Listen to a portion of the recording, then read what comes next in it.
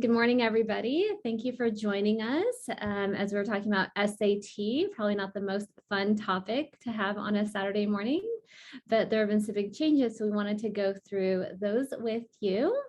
So just do a little quick introduction of who we are, and thank you enough for such a nice introduction. So Insight Education has been around for 23 years now. We've been in the community since 1999. We have worked with kids locally, we worked with kids across the country, and we worked also with several international students. So we really try to keep a great pulse on what is happening in the field of education so that we can give our clients and our students especially the right advice so that they're making good decisions while they are in high school. And very true to our motto and our mission, which is apply to college, prepare for life. Our mission is intended to also help students really think not just about high school and college admissions. One thing I say to all of my students when they are starting high school is, I don't want you to think of high school as just 4 years as a step to college admissions. We want you to think of high school as 4 really important years of your life because it's going to set the tone for many things that you'd like to do. And so our program is very tailored, very personalized, really getting to know students and make the right choices. And I won't really speak about myself any longer because Edna gave a lot of background, but I've been doing this for a really long time. Even when I was in graduate school, I've been working with students going through this process. So we do have just a very quick poll up, which is what grade your child is in. If you have more than one child, if you can indicate the grade of your oldest child, that would be really helpful.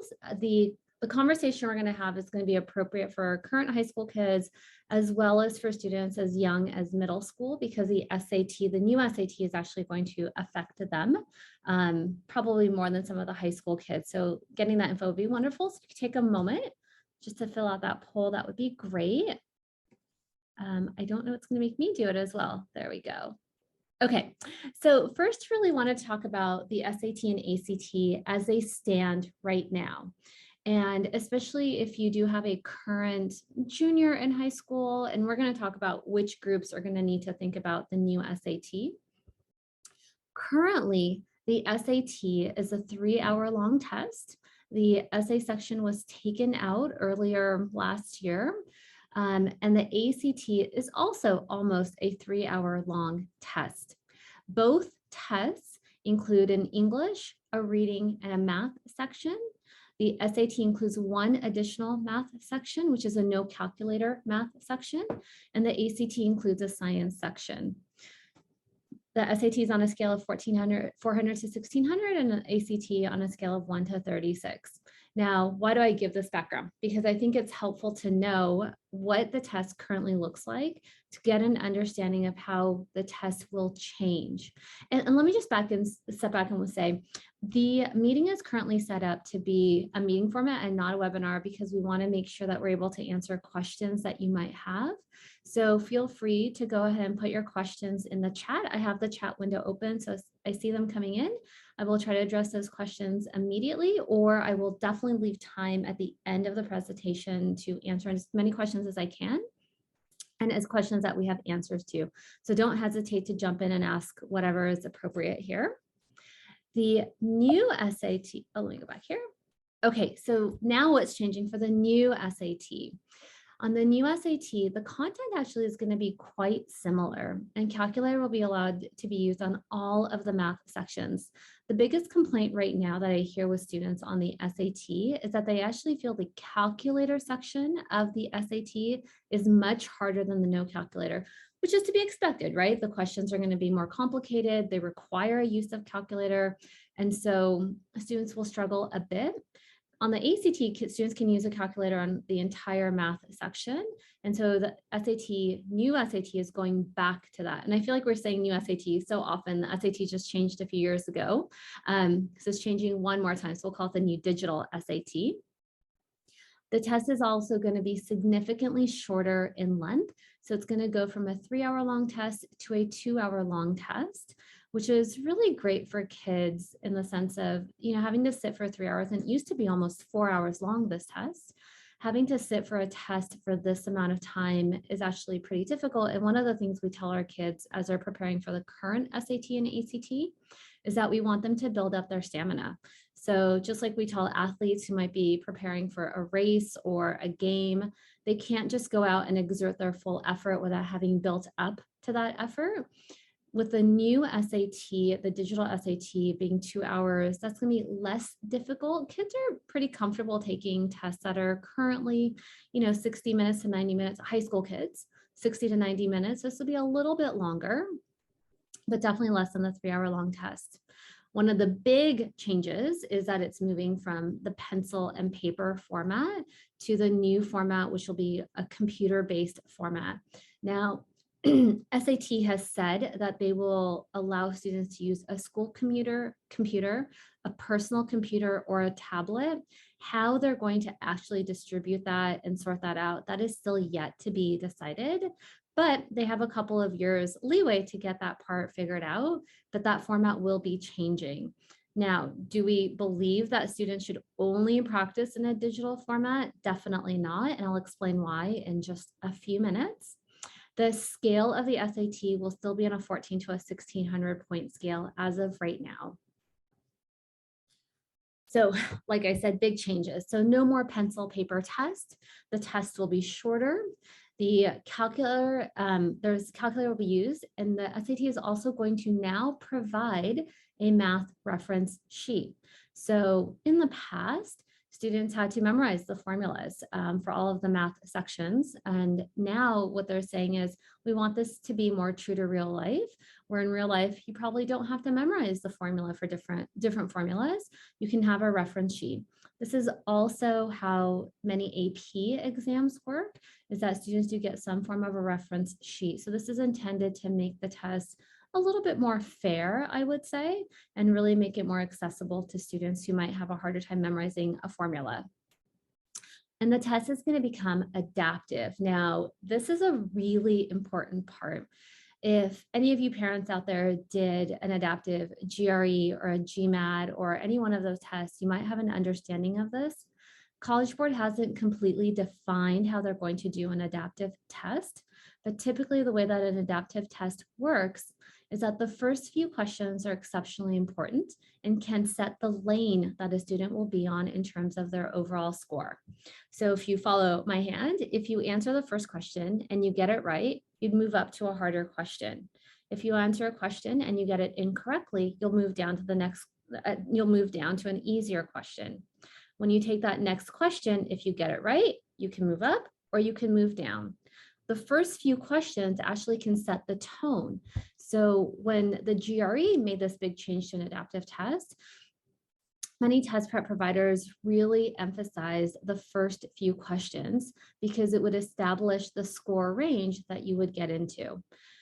Adaptive test also will reduce cheating. When the AP exams went online due to COVID and there was no choice, cheating became rampant. I can't tell you the thousands of ways in which students found to cheat on the exam. They were online exams, they were taken at home, so definitely, taken in dire situation, but cheating was rampant. With an adaptive test, that means that cheating will truly be minimized since every student will actually take a unique exam. So that's a really important component. I'm sure they're trying to minimize on cheating that happens. A couple of other things that are happening. A test will still be administered at a certified location, at a school or a test center. Currently, SATs are only offered at schools on very specific test dates. It is offered currently offered 7 times per year. We don't know if this is going to change. Again, looking at the graduate exams that are offered online, they are offered in such a way that students can sign up for a test whenever they would like. So they say, I feel ready for an exam on October 12th. They can sign up for an exam for October 12th, go into that test center and take that test. Now, definitely at schools, they can't offer that same level of flexibility. So it's still to be known if at some point College Board is going to give students an incredible amount of flexibility in when they can take the test, or will it still be such that there are specific testing dates? I would anticipate for at least the first year, the testing dates are going to stay very consistent. Current testing dates are, when we think about an academic year, August, October, November, December, and then a bit of a break until March, May, and June. So those are the 7 test dates that are currently available. For those of you with older children that are, in 9th grade, 10th grade, you want to keep those dates currently in mind. One also really important thing to consider is that difficulty. People often equate a shorter test with an easier test. It might be shorter and easier in the sense of stamina. It does not imply that the difficulty of the exam questions will go down. And especially again, when we think about an adaptive test, it's just intended to be a little bit easier for high school students to take a 2-hour long test. And also for different populations, this will become more accessible of an exam. But again, don't have the assumption that the test will be easier. Also bear in mind that SAT, ACT are all on a curve. They're graded on a curve. What that means is that your performance relative to your peers is still the most important thing. Now, how they are going to establish that curve, that is what is yet to still be decided. When the test changed a few years ago, we saw a significant shifting in the curve upwards, and one that we didn't anticipate to happen as highly as it did. And, the SAT used to be on a 1600 scale, went to a 2400 scale, went back to a 1600 scale, and will continue to stay on a 1600 scale. But it is nearly impossible to compare the current 1600 scale to the previous 1600 scale, which might be the test that some of you parents might have taken. In those days, if you got a 1400, you were very likely in the top 1% of test takers. Now that 1% is currently at a 1490. We don't know what that percentile is going to look like for the new exam. But that will come as a test gets administered. I wouldn't even tell you that College Board knows what it's going to look like. So they're going to definitely figure that part out. Now, a few things that we don't know. Will the ACT change its format? As of right now, the ACT has not made any indication of changing its format. There were rumblings a couple of years ago that ACT was actually going to be the first to go to an online test, but it hasn't done it yet. I will say that ACT and College Board are like Coke and Pepsi. So if one does one, the other is very likely to want to keep up. In fact, the College Board changed the SAT to keep up with the ACT a few years ago. But as of now, there's no decision on ACT changing its format. How the College Board is defining adaptive, I described one format of adaptive, which we think is what College Board will do. And it's very much aligned with how other tests are being administered. Adaptive tests are being administered for admissions at the graduate level, no doubt, but still how adaptive testing is happening. They may make a decision that adaptive might have a different definition. So we have to figure out what that's going to look like. Will the schedule of testing change? I mentioned we don't know that yet. And big question here, will this encourage schools that are test blind to consider testing once again? So a couple of school systems that have gone test blind, the UC system, which if you're in California, you've all heard about that. And there are now many private schools that are moving towards becoming test blind. Some of the Claremont schools are moving in that direction. Caltech is moving in that direction, and some of the other schools on the East Coast. At the same time, there are schools that have said testing is important. We don't, we are test optional, but it's important part of our admissions strategy. So for schools that are test blind, UC, CSUs, I highly doubt that now means that those schools will again consider testing. It is early. They have now only been test blind for this will be the second year of admissions. Excuse me. And so there's a likelihood that maybe they'll think about it. And if they really do like this test, for those of you that are currently in high school, I wouldn't imagine that those schools will come back to being test optional or to even consider testing. but it's also very unlikely that they're going to move in this direction at all. So you should assume that UCs and CSUs will be continue to be test blind. For the schools that are test optional, College Board, what they've done is they've actually bought themselves a few years, and they are saying to schools, give us a chance, give this new test a chance. So for schools that are currently test optional that might have been considering going test blind, they're likely to wait to see what the results are of this new test to see if it can be an impactful part of the admissions review process. So we're yet to see for that. I would tell students that, depending on your grade, and you shouldn't be thinking about testing if you're a sixth grader necessarily. As a parent, you might be thinking long-term about that, but you shouldn't be doing test prep or anything like that.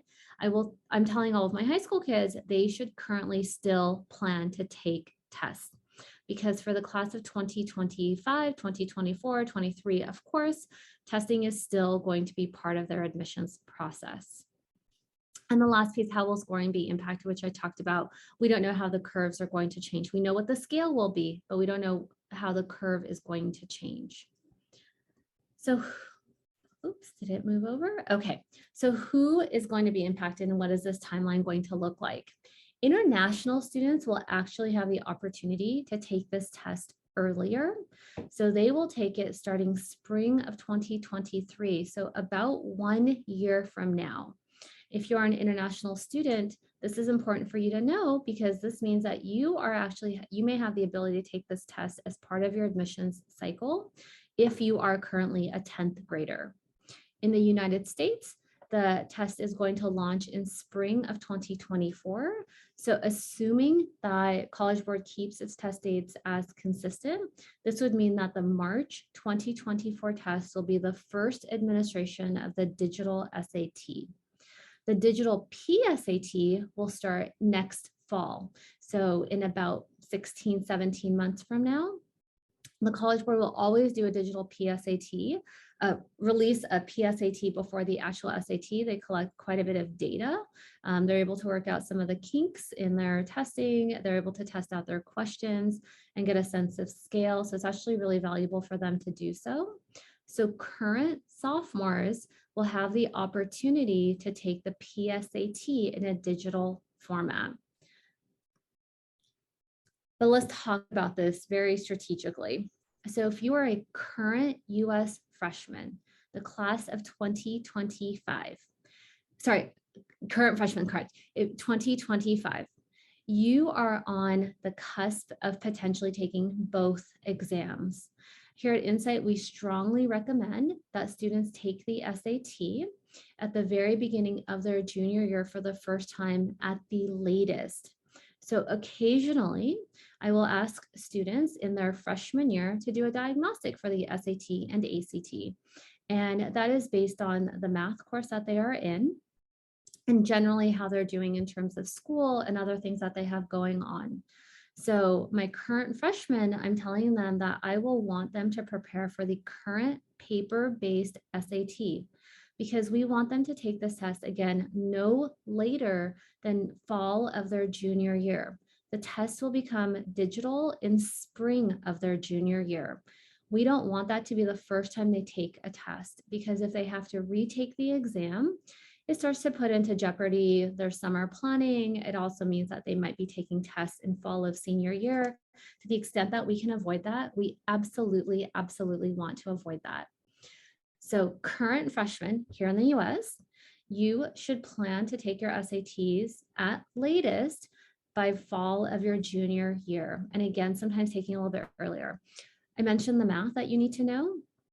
The SAT currently tests content up to Algebra 2 and a little bit of trig. And very honestly, it's not a lot of trig. So at the end of that course, or midway through an Algebra 2 trig course, so in March of that time frame is when we ask our students to do their diagnostics, assuming they're doing fine in the math course, do their diagnostics, see how well they're doing, and then we set up a testing strategy. In some cases, that can be as early as freshman year. In most cases, that can be in sophomore year to do that diagnostic. International students will have a different time frame. It just moved up by 1 year.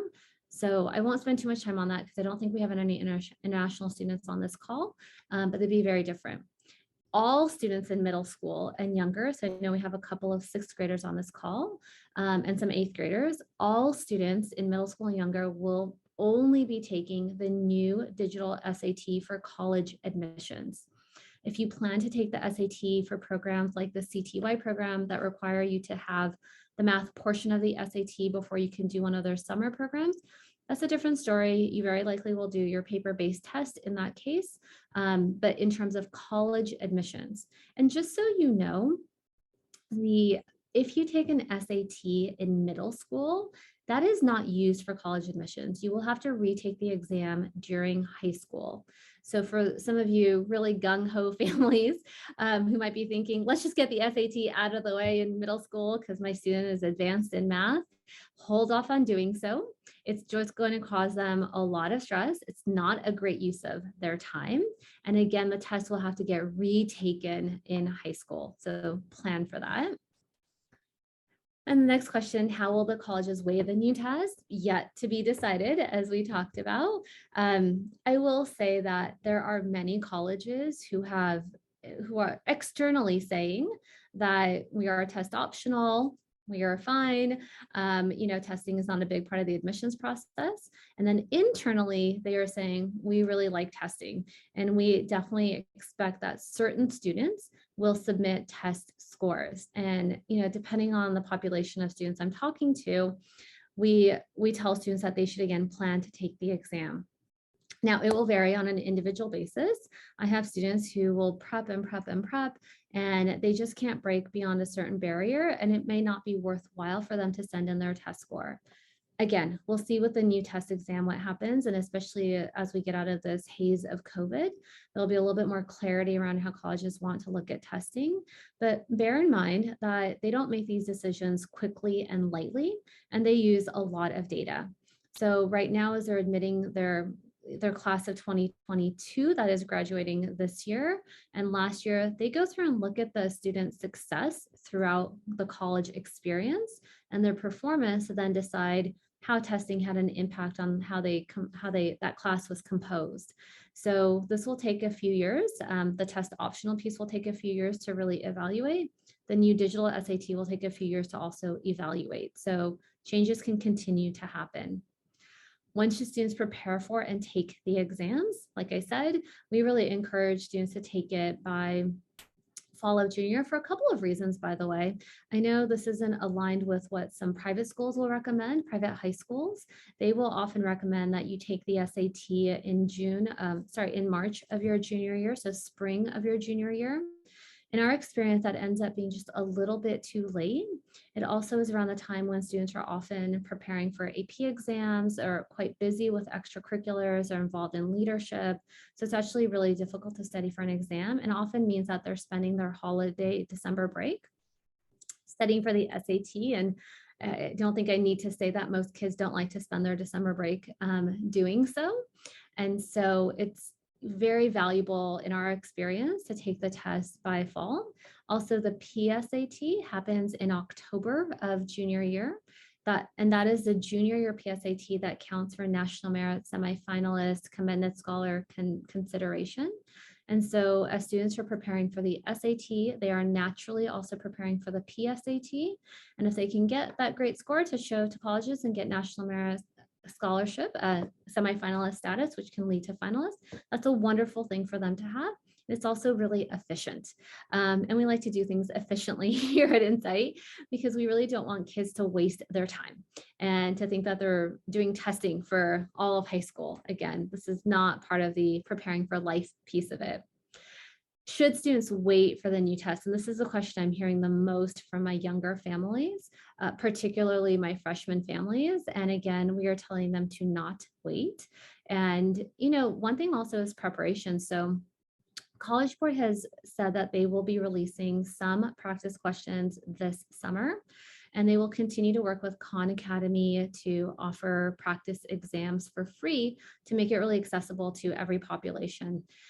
In our experience, Khan Academy has been a great tool for students who have, who are not at the very, very high end of the test. When kids get to the point where they're really struggling with a very, very small subset of questions, the Khan Academy questions weren't challenging enough. And so we had them do practice real exams. And for them, that was a better use of their time. Now, we don't know how it's going to work with the new test. So just in terms of preparation, I will tell students that if you have access to current tests where you know what it's going to look like and you can practice it, do that. It actually will help you prepare better.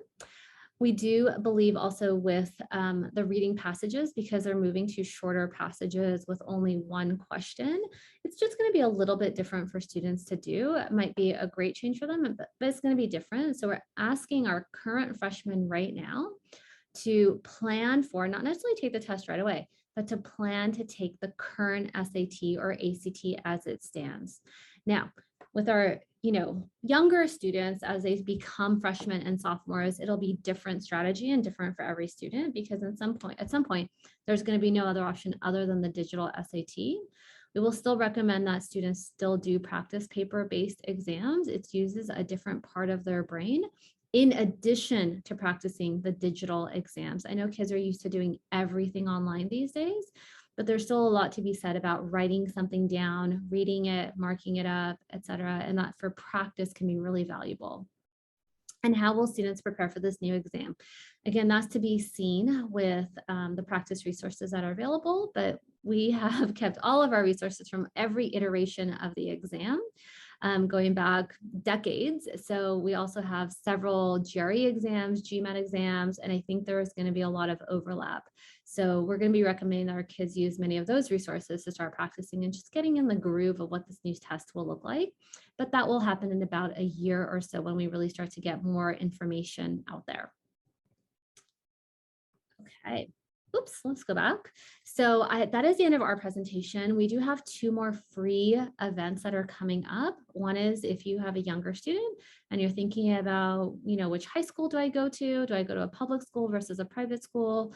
We're going to be having an event on March 3rd during lunchtime. If you're on the East Coast, and during morning, early morning, maybe not early morning, if you're here on the West Coast. And then later in April, we're going to be doing a larger seminar, which is our more traditional seminar, which is the truth behind college admissions, where we're going to talk about multiple different facets: academics, testing, extracurriculars, talk about the admissions process. We're going to go through some case studies. So it's a really great event. But I do want to leave it open. If there are any questions that I can answer for you, you can either raise your hand, or you can definitely go ahead and put it into the chat screen, you can chat it into the box.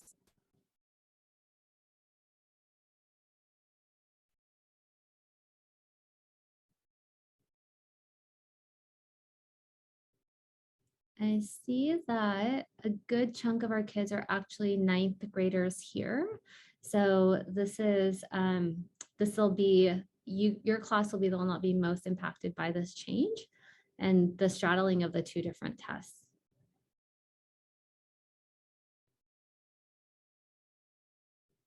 If you're raising hands, I cannot see. I see a question from Matt, a familiar face. So the SAT currently has allowed the calculator, but they removed it for just one section of the test, which that was a new change for them when they changed the test in 2013. And the ACT currently allows calculator for the whole exam. So I'm sure that they're moving it back, because that's been one of the biggest complaints, is that the calculator section has been more difficult, the no calculator a little bit easier, and we just want to make it more even across the board and allowing students to use a calculator for all sections of the test. I also think it's more to true life. Most people, when they're in their jobs, are able to use their calculators, and same thing with the reference sheet. They're able to have some form of reference sheet that they could take a look at. And so, or resources, whatever those might be, books, online, etc. So I think, again, just trying to get back to what life might really be like. Also, ACT allows the calculator on the whole test.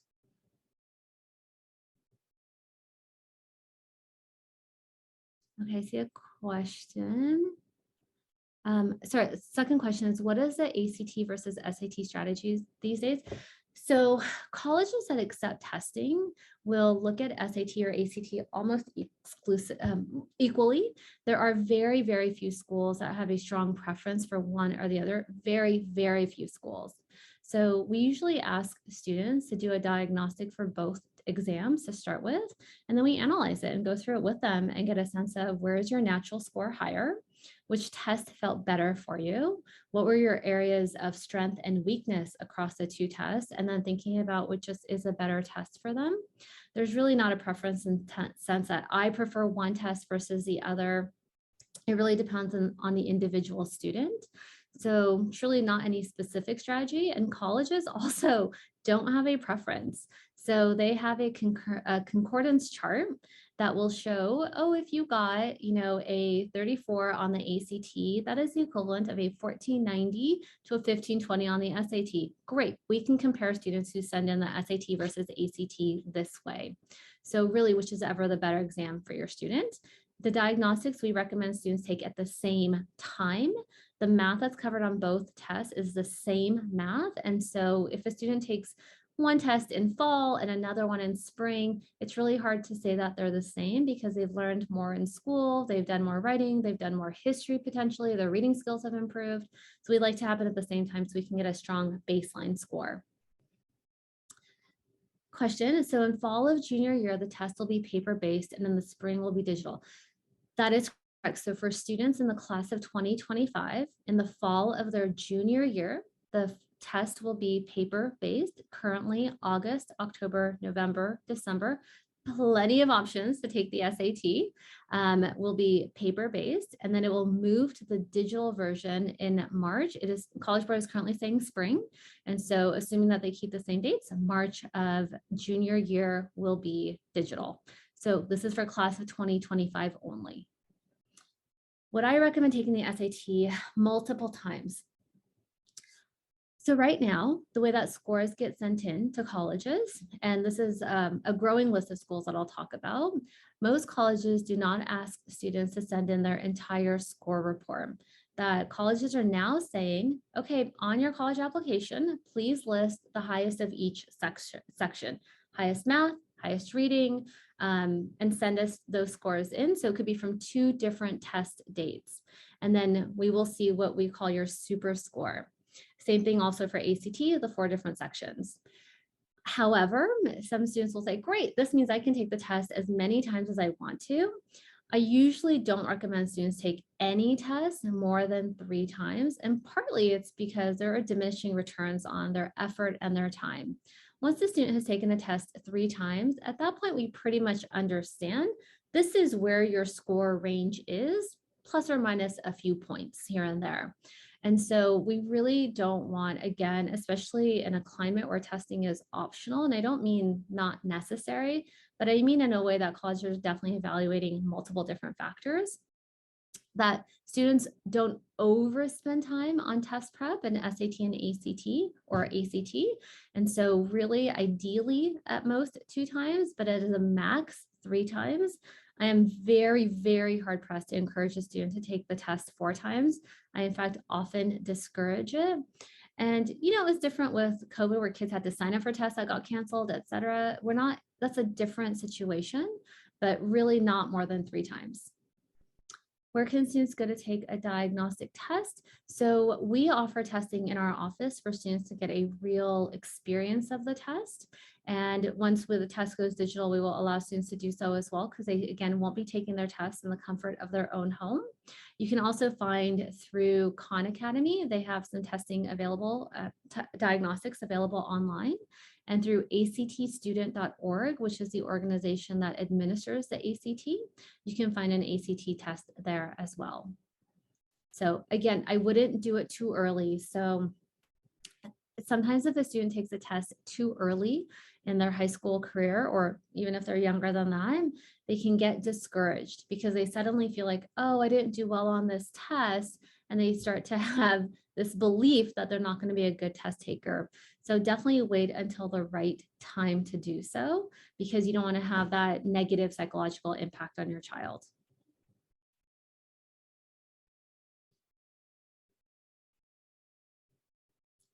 see if there are additional questions here. No, feel free to take your time and put your question in. I'm happy to answer whatever I can.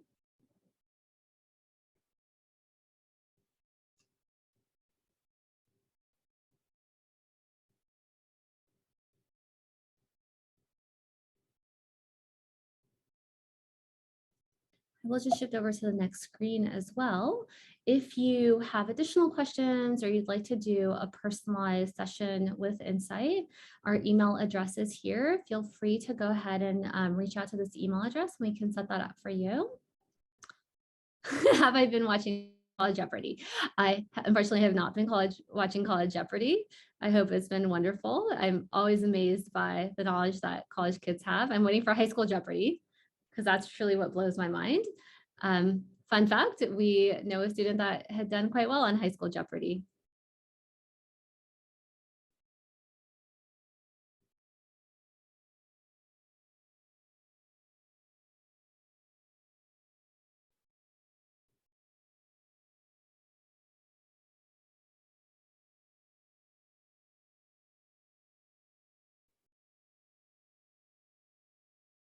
So thank you for those that have stayed on. If you don't have any additional questions, feel free to log off. You're welcome to stay on as well. I'll definitely stay on for a few more minutes if any questions do arise for you. So don't feel stressed to come up with that question immediately. Question about counseling. We don't offer hourly college counseling, but you can set up a 1-hour session if you'd like for the initial consultation. But beyond that, we don't offer any hourly services for multiple reasons.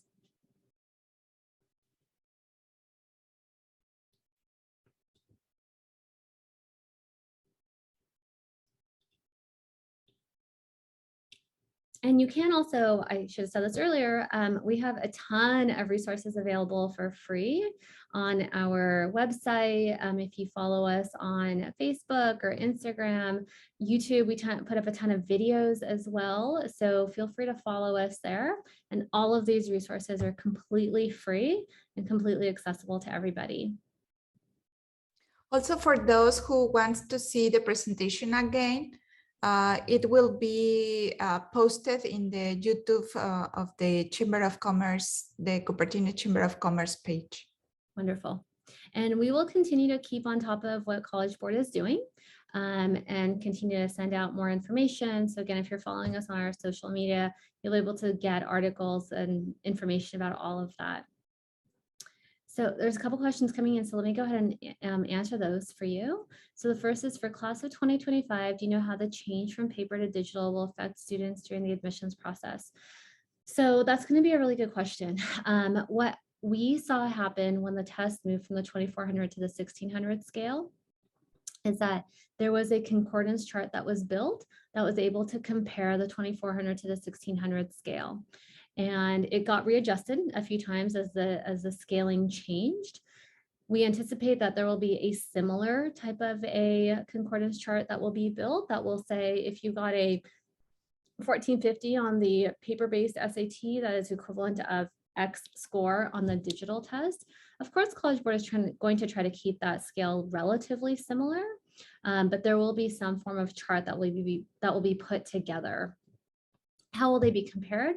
That's going to be up to individual admissions offices to think about, to see how they want to review the exams. But for the most part, I would say that they definitely should be comparable. College Board is going to be very thoughtful of this, and colleges are also not going to penalize students who take one test versus the other. This is just about sending in information that they can use to evaluate students. Yes, you do have to register for the SAT in time. Right now, things are pretty manic in that when registration opens, people are signing up for every exam on the first day and really making it difficult for students to sign up as they want to take tests. This is something that we only saw happening in COVID when there was so much concern about testing getting canceled, where students and especially California, where I think we saw 80% of tests get canceled. So registration opens in June for the full academic year. I don't anticipate we're going to see that same manic, frantic rush to sign up for exams. But if you know that you're going to be taking the test, in the fall of that year, we would say register right away so you can get a test center that will be close to you. Now, when it does move to the digital version, I don't know if more schools or fewer schools are going to offer testing, because it really depends on them having proctors available. So that'll be definitely an interesting thing to see as it unfolds. Does it mean one needs to finish Algebra 2 Trig before the SAT? It is highly recommended that a student finish Algebra 2 at least. If they can do Algebra 2 Trig, it is also highly recommended that they do that before they take the SAT. There are test questions on both SAT, ACT, and anticipated on the digital SAT, because there's a note that, content format will change, but content will not change. And so the idea is that students should be well prepared, and having finished as much as math shows up on the test is really great. I see kids who will take the test after Algebra 1 and their math score is not very strong, and they're strong math students in general, but their math score is low. And then, they'll take the test again after Algebra 2 and suddenly they score jumps up. And it's not honestly because their test prep skills have improved. It's simply because they've learned the math that's showing up on the exam.